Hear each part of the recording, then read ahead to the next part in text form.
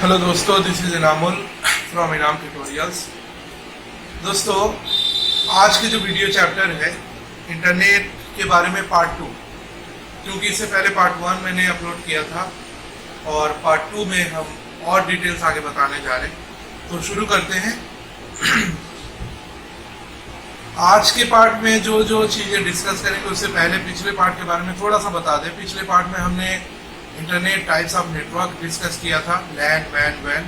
आज जो डिस्कस करने जा रहे हैं पार्टिकुलर नेटवर्किंग में जो मैंने 3 मेन ऑप्शंस बताए, उसके अलावा भी 3 और नेटवर्क होता है जो क्रिएट किया जाता है या नेटवर्क के अंदर वो सब नेटवर्क का काम करता है। मतलब जैसे एक ऑप्शन के अंदर जैसे हेडिंग के अंदर सब हेडिंग होता है वैसे। तो यहाँ पे 3 ऑप्शन को डिस्कस करेंगे, private network, wireless network, public network. सबसे पहले वायरलेस नेटवर्क के बारे में बता दें। वायरलेस नेटवर्क आपको पता ही है वायरलेस है, जैसे वाईफाई है, क्योंकि इस कैटेगरी में जो कनेक्टिविटी है, एक तो वो कनेक्टिविटी है जैसे ब्रॉडबैंड कनेक्शन डायरेक्ट आपके घर में आया बाई केबल और वहाँ से मोडम लगा, मोडम से आपके पास नेट चल रहा है। लेकिन रिसेंट टाइम पे जितने भी ISP है, मतलब इंटरनेट सर्विस प्रोवाइडर है, वो सीधा आपके घर में बाई केबल से भी लगवा दे रहे हैं और ऊपर एंटेना लगाने के बाद एक डिवाइस लगाते हैं, राउटर जिसको बोलते हैं। ठीक है, राउटर है, कनेक्शन को और बढ़ाने के लिए स्विच का भी इस्तेमाल करते हैं। तो उसमें जो कनेक्टिविटी है वो वायरलेस नेटवर्क है, क्योंकि वहाँ पे कोई वायर का यूज़ नहीं है। सीधा आपके घर के एक हिस्से में आपका वो डिवाइस लगा देंगे, पूरे घर में छत पे उसका भी एक एरिया मायने रखता है, एक एरिया सेट होता है, उसी एरिया के अंदर वो कनेक्टिविटी देता है, जो कि वायरलेस नेटवर्क है। पब्लिक नेटवर्क और प्राइवेट नेटवर्क। पब्लिक नेटवर्क आप उसको कह सकते हैं जैसे हम लोग एयरपोर्ट जाते हैं, मेट्रो स्टेशन जाते हैं, रेलवे स्टेशन जाते हैं, प्लेटफॉर्म पे जो भी इंटरनेट कनेक्शन दिया हुआ है, जिसको आप सिर्फ अपने मोबाइल पे अपने नंबर को डायल करने का मतलब है कि आप वाईफाई में जैसे शो करेगा उसका आप कनेक्ट होना चाहेंगे, तो पासवर्ड की जगह वो आपके एक बेसिक इन्फॉर्मेशन मांगेगा, आपके नाम, आपका मोबाइल नंबर, तो फिर आप कनेक्ट हो जाते हैं। और वो बहुत टेम्पररी टाइम के लिए, जैसे आप फ्लाइट पकड़ना है, थोड़ी देर वेट कर रहे हैं आप, तो एयरपोर्ट अथॉरिटी की तरफ से आपको फ्री इंटरनेट प्रोवाइड कराया जाता है, जो कि बिना पासवर्ड का है। लेकिन ये है कि आपको अपना इंफॉर्मेशन देना पड़ता है, आपका नाम, आपका मोबाइल नंबर। कुछ जगहों में कुछ ज़्यादा इंफॉर्मेशन लेते हैं, कुछ जगहों में सिर्फ नाम, मोबाइल नंबर से भी चल जाता है। तो ओवरऑल अगर कहा जाए तो प्लेटफॉर्म हो, रेलवे स्टेशन हो, बस स्टेशन हो, कुछ बस स्टेशन है, आपका एयरपोर्ट हो, इन सारे जगहों में जो फ्री इंटरनेट है जिससे कोई भी कनेक्ट हो सकता है, उसको क्या बोलेंगे? Public network. ठीक है, अब आते हैं प्राइवेट नेटवर्क। प्राइवेट नेटवर्क ये हो सकता है कि जैसे कोई एजुकेशनल ऑर्गेनाइजेशन हो या कोई भी कंपनी हो जो अपने ही एम्प्लॉय या अपने ही स्टूडेंट्स के लिए ओनली इंटरनेट सिस्टम बना रखे हैं, जी कि जो भी उनके ऑथराइज पर्सन होंगे वही उसमें कनेक्ट हो सकता है। तो बहुत सारे यूनिवर्सिटी कैंपस में होता है, इंस्टीट्यूट में होता है, जैसे आपने देखा होगा एजुकेशनल सेंटर पे ज़्यादातर होता है ना फ्री वाईफाई कैंपस। अब ये वो फ्री वाईफाई जो है कैंपस, वो उन्हीं स्टूडेंट्स के लिए जो वहाँ पढ़ रहे हैं, सबके लिए तो नहीं है ना। तो प्राइवेट नेटवर्क का ये होता है कि उसमें पासवर्ड पड़ा होता है, प्राइवेटली अलग से उसको सेट किया गया, उसका पूरा सेटअप उसमें ऑथराइज स्टूडेंट ही करते हैं। कोई अलग से यूज़ करे तो वो फिर इशू हो जाती है, बंद हो जाता है, पता नहीं चलता है, बहुत लोग कोशिश करते हैं, ये ठीक है। तो कुल मिला के आशा करता हूँ ये तीनों ऑप्शन आपको क्लियर समझ में आया होगा, private network, public network, wireless network. फिर नेक्स्ट हम बात करते हैं, आपने एक टर्म सुना होगा इंटरनेट पे, server and client. Server and client के बारे में बताते हैं। तो सर्वर एंड क्लाइंट के बारे में हम बताना चाह रहे थे। सर्वर एंड क्लाइंट के ऑप्शन में, सर्वर एंड क्लाइंट नेटवर्किंग में सबसे पहले ये जानना होगा कि सर्वर एंड क्लाइंट नेटवर्किंग होता क्या है ना। तो सबसे पहली बात यहाँ पे कि सर्वर और क्लाइंट कहते किसको है। सबसे पहली बात, सर्वर उसको कहते हैं जब एक कंप्लीट सिस्टम पे जो सबसे मेन सिस्टम होता है वो आपका होता है सर्वर, और क्लाइंट उसको बोला जाता है जो उससे जुड़ा रहता है। कम यार तो इसके लिए एक छोटा सा एग्जांपल दे रहे हैं, एग्जांपल से आप समझ जाएंगे। जैसे मान लीजिए एक बैंक है, उस बैंक में एक साथ कई सारे एम्प्लॉय बैठे हैं और मैनेजर का भी सिस्टम है और पार्टिकुलर अलग अलग एम्प्लॉय का सबका सिस्टम है। उसमें आपका डिपॉजिट करने वाले हैं, बैंकिंग सिस्टम को देखने वाले बंदे हैं, इंश्योरेंस देखने वाले बंदे हैं, अलग से आपने देखा होगा केबिन अलग अलग होता है, और मैनेजर का भी केबिन है। तो वहाँ पे अगर हम मान लें कि मैनेजर का जो सिस्टम है वो एडमिन है, मतलब बाकी सबको मैनेज करने वाले, तो उस पूरे जगह में मैनेजर का जो सिस्टम है वो हो जाएगा सर्वर, और बाकी जो होंगे वो हो जाएंगे क्लाइंट। अब सर्वर क्लाइंट का जो ऑप्शन है उसमें क्लाइंट सर्वर पे डिपेंड होता है, लेकिन सर्वर फ्रीडम है, सर्वर उसको मैनेज करते हैं। किसी भी सिस्टम में क्या चल रहा है, क्या इंफॉर्मेशन है, इन सारे चीज़ों को मैनेज करना सर्वर का काम है। और जो क्लाइंट होते हैं, क्लाइंट के कंप्यूटर में जो भी इंफॉर्मेशन बनाया गया, जो भी इंफॉर्मेशन सेट है, वो सर्वर उसको देख सकते हैं। तो सर्वर क्लाइंट के लिए जैसे बैंकिंग का मैंने एग्जांपल दिया, इसी तरीके से ऐसे कई सारे ऑफिसेस हैं, जैसे आपका इंश्योरेंस ऑफिस हो गया, पोस्ट ऑफिस हो गया, कोई भी गवर्नमेंट का और भी जो सर्विसेज होते हैं, गवर्नमेंट सर्विसेज का जो ऑफिस है, जहाँ पे कई सारे सिस्टम बैठे हुए हैं, एक नेटवर्किंग बना हुआ है, तो उसमें एक एडमिन होगा, बाकी सारे उसके क्लाइंट होंगे, और जो एडमिन है उसी को सर्वर बोला जाता है। जैसे आप जो भी इस वीडियोस को देख रहे हैं, आप सबको पता होगा कि जो भी वेबसाइट हम लोग चला रहे हैं, उस वेबसाइट में एक एडमिन भी होता है जो उस वेबसाइट को मैनेज करता है। अब जैसे मान लीजिए एक वेबसाइट है, उस वेबसाइट में same at a time 1000 user को कनेक्ट करने का और 1000 यूज़र के डेटा को मैनेज करने का ऑप्शन दिया गया है, फैसिलिटी दिया गया। लेकिन अगर उस वेबसाइट में अगर कोई भी एरर होता है ज़्यादा यूज़र हो जाने की वजह से, जैसे मान लीजिए 1000 का मैंने लिमिट दिया और कोई ऑनलाइन फॉर्म फिलिंग चल रही है, जो भी सेम टाइम पे 1500-2000 के आसपास यूज़र उस वेबसाइट से कनेक्ट है, तो जाहिर सी बात है वेबसाइट की सर्वर स्लो हो जाएगा। तो ये पूरा चीज़ एडमिन को पता रहता है। वेबसाइट में कोई भी एरर आ जाए, कोई भी टेक्निकल प्रॉब्लम हो, कोई भी बग्स हो, तो ये सारी चीज़ें एडमिन खुद देखता है, और एडमिन के पास उस वेबसाइट में कनेक्ट होने वाले हर यूज़र का पूरा डेटा रहता है।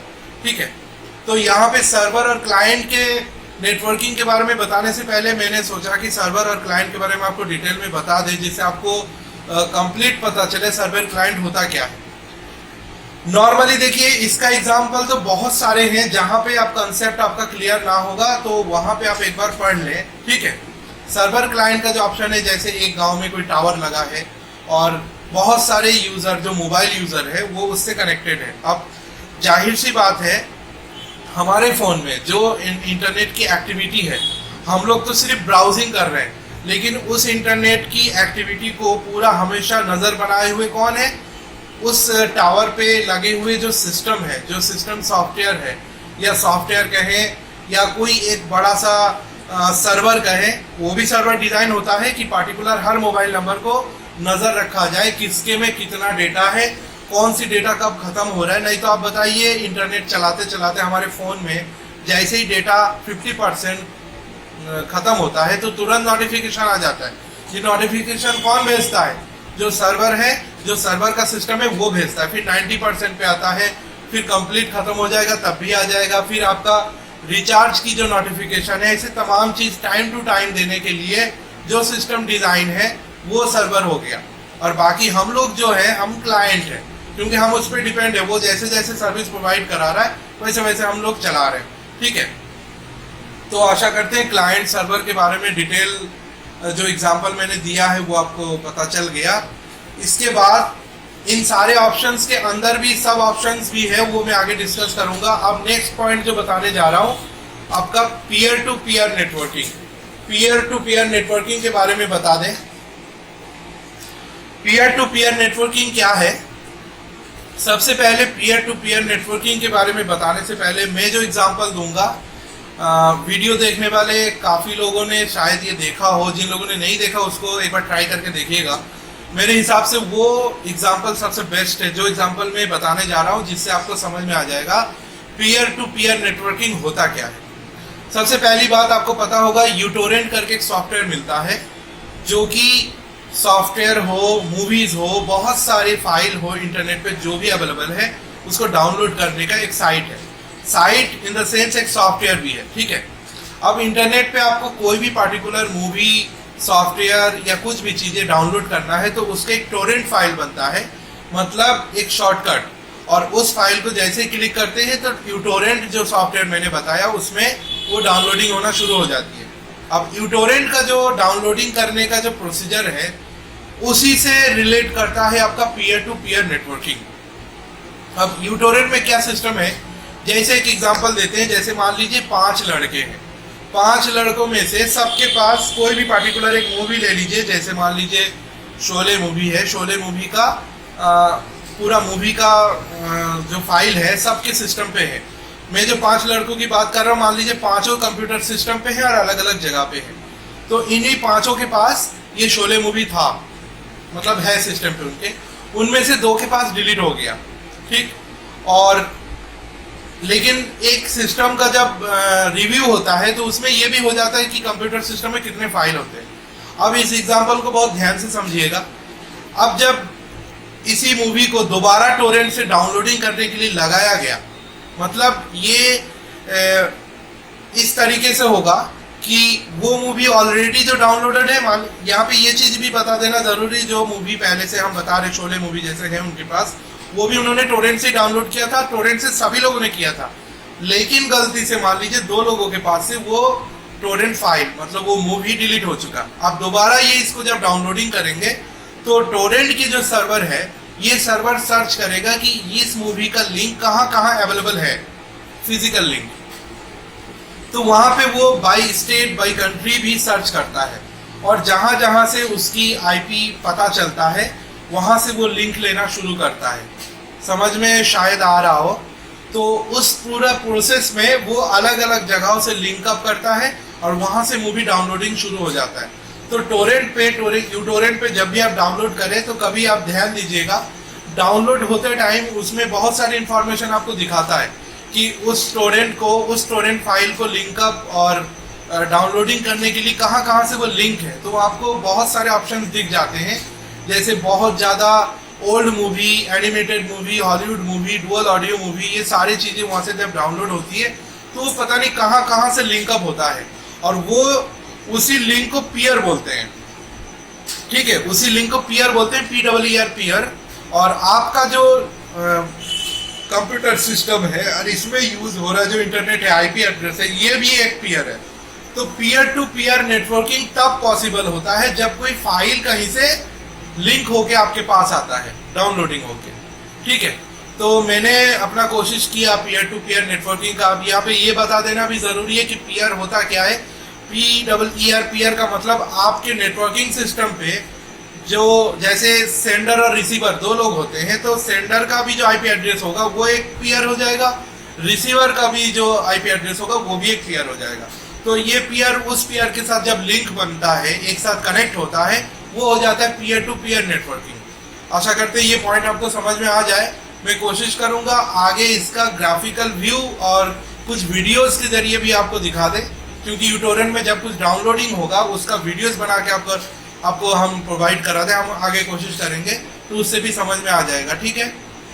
तो आज के टॉपिक में मैंने सर्वर क्लाइंट के टॉपिक को डिस्कस किया, peer to peer networking discuss किया, और private network, public network and wireless network के बारे में मैंने डिस्कस किया। आशा करते हैं आपको सब समझ में आ गया। इसमें कोई भी पॉइंट अगर ना समझ में आए या कोई सजेशन हो तो आप बिल्कुल इसमें कमेंट कर सकते हैं, ठीक है। वीडियोस को शेयर करें। नेक्स्ट वीडियोस में मिलते हैं इंटरनेट की 3rd पॉइंट पे। Thank you.